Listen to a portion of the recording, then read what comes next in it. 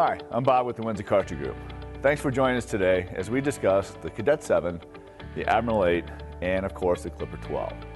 Now the nice thing about these three pieces of equipment is literally if you know one, you pretty much know them all. Now looking at the front of the machine, whether it be the Cadet 7, the Admiral 8, or the Clipper 12, you'll see the accessory ports. First one's going to be for the vacuum, the second one's going to be for the solution itself. Now I'd also like to point out when it comes to the vac shoe itself, it's important to make sure you're choosing a unit where the vac shoe and the brush operate independently. Now the reason why is because there's not an even floor anywhere. So if we have a rigid vac shoe, you'll probably catch the highs, but you're going to miss the lows, which will lead to streaking down the road because of inconsistent dry times. The easiest way to figure that out, simply grab the vac shoe, pull up on one side, see if it's spring loaded. Try that before you actually buy an extractor because again, if the vac shoe and the brush don't operate independently, you're not going to get the results that you're hoping to achieve. Let's go and take a look at the brush at this point. To remove the brush, whether it be the Cadet 7, the Admiral 8, or the Clipper 12, remember, if you know one, you know them all.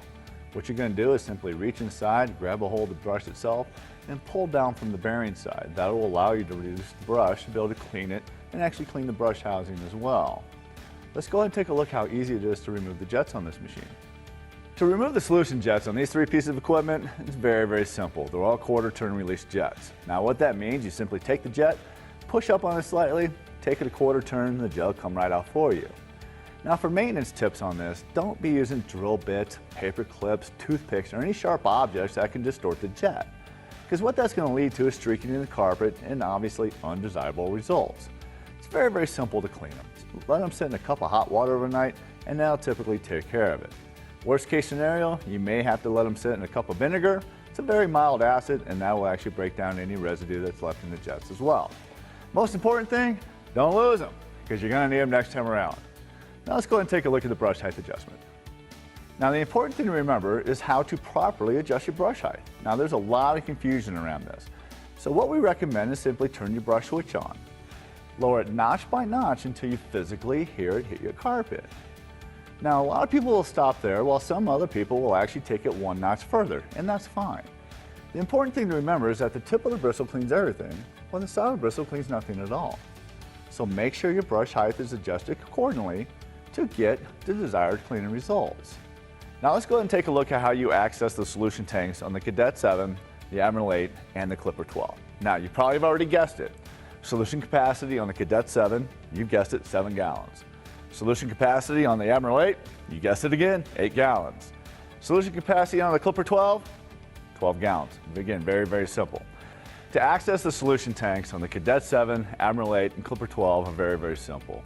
What you're going to do is simply remove the recovery tank, and that'll give you access to the solution tank to be able to fill it. Now, one thing we actually give you on the Admiral 8 and the Clipper 12 is a nice fill hose.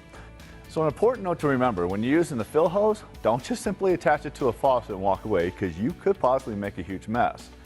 So when you're done with it, go ahead and put it back inside the solution tank, replace your recovery lid, and you're good to go. Now let's go ahead and talk about the recovery tank itself. Whether we're talking the Cadet 7, the Admiral 8, or the Clipper 12, it's important to remember on how to properly put the lid on top of the actual recovery tank. It's very, very simple. What you're going to do is line up the tab that's on the lid with the notch that's on the tank, and it goes on properly for you every time.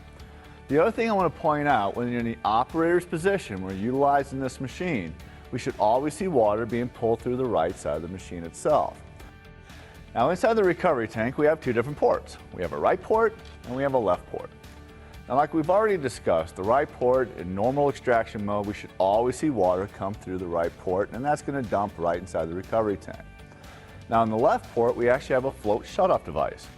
It's designed, obviously, if the water level gets too high, your foam level gets too high, it's designed to shut the float to the vac motor off.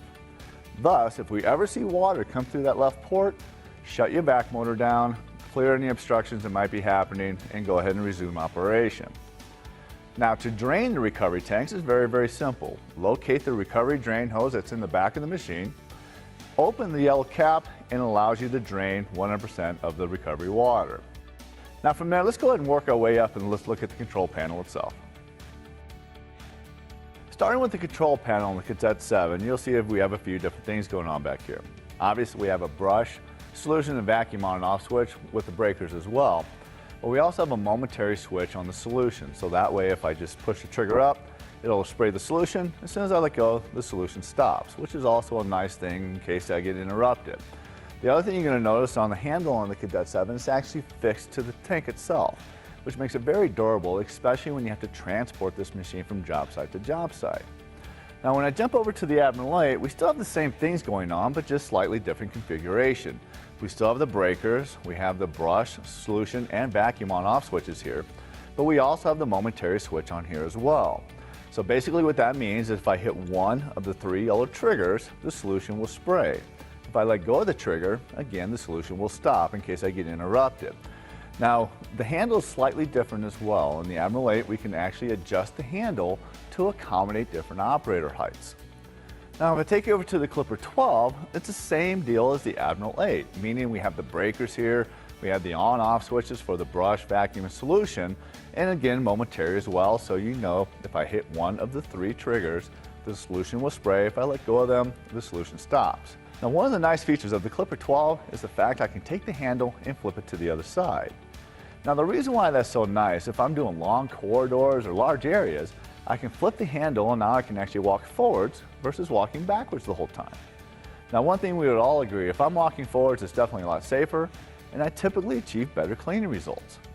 But speaking of cleaning results, I can give you all the cool stuff in the world, but if you don't know how to properly use them, you're not going to get the results you're looking for. So let's go ahead and take a look at the process and procedures behind carpet extraction.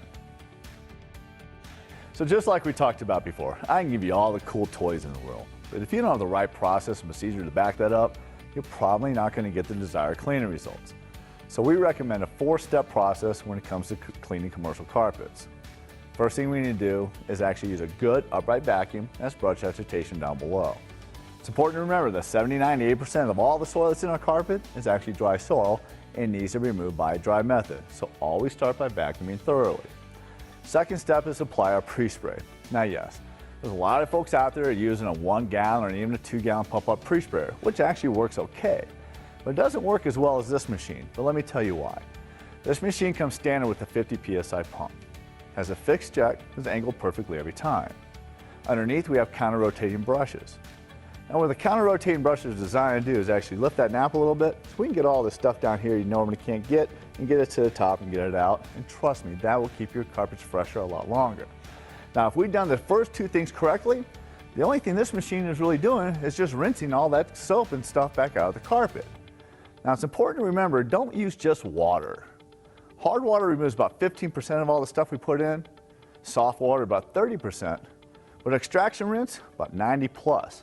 So again, use your extraction rinse and it'll turn out really well for you. The last thing we're going to do is actually dry the carpet. The quicker we can dry it, it eliminates mold, mildew, and things of that nature, also streaking and, by the way, spots from coming back. We can actually take the wicking effect out of the equation just by using a blower.